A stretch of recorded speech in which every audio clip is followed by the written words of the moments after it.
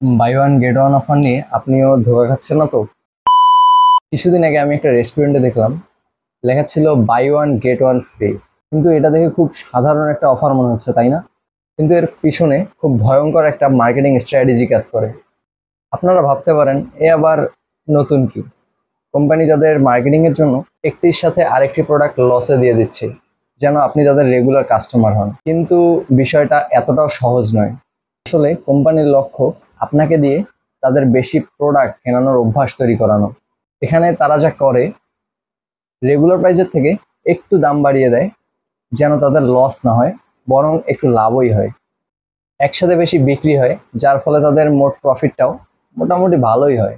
আবার কাস্টমারের দিক থেকে লক্ষ্য করলে তারা মনে করে রেগুলার প্রাইসটা অনেকটা বেশি হয়ে যায়, তাই তারা অফার প্রাইসটাতেই বেশি আকর্ষিত হয়। আর এই আকর্ষিত হওয়ার ব্যাপারটাকেই বলে ফোমো মার্কেটিং, অথবা fear of missing out marketing.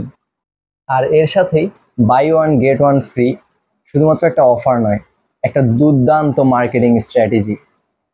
আর হ্যাঁ, আপনারা কখনো এই মার্কেটিং স্ট্র্যাটেজির খপ্পরে পড়েছিলেন কিনা অবশ্যই কমেন্ট করে জানাবেন।